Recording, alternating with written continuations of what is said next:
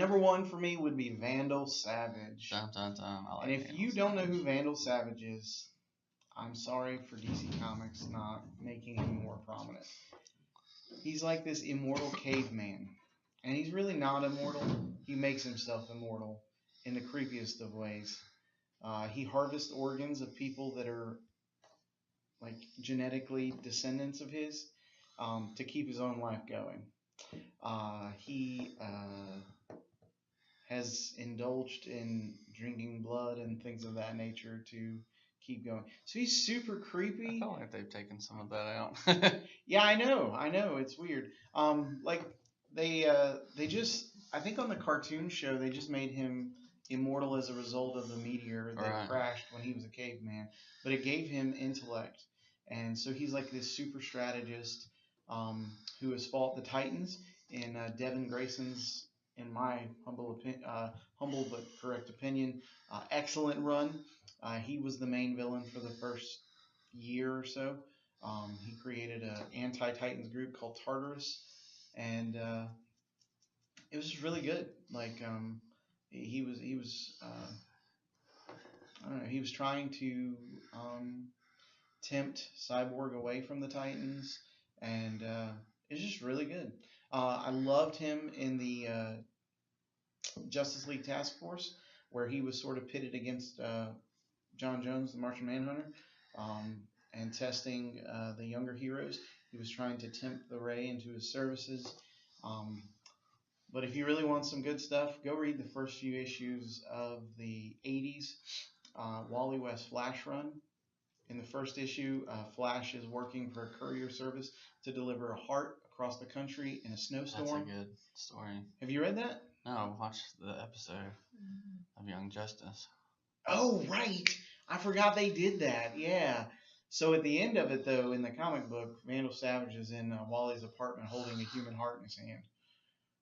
Or, no, he leaves the human heart laying on his coffee table or something. But he's right there with him, and you're like, oh my gosh, that's creepy. How did you get in here, you know? And they have a cool fight, and Wally is clearly outmatched, and yet somehow manages to pull a win out of his posterior. And so like Vandal Savage, he's the main villain in Justice League Year One, and that's great.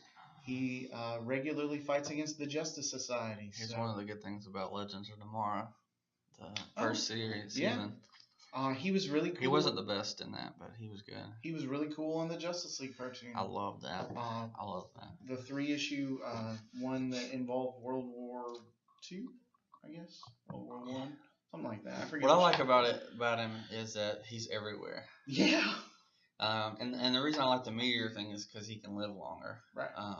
The other is very creepy, which I think would go well with the new DC Black Label. They could use him in that, which would be perfect. But right.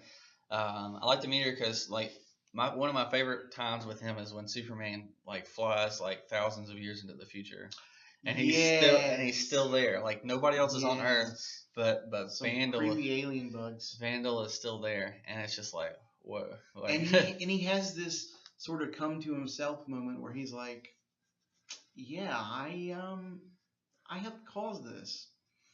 And I'm not cool with that, and I want some redemption. So yeah, it's really he helps Superman.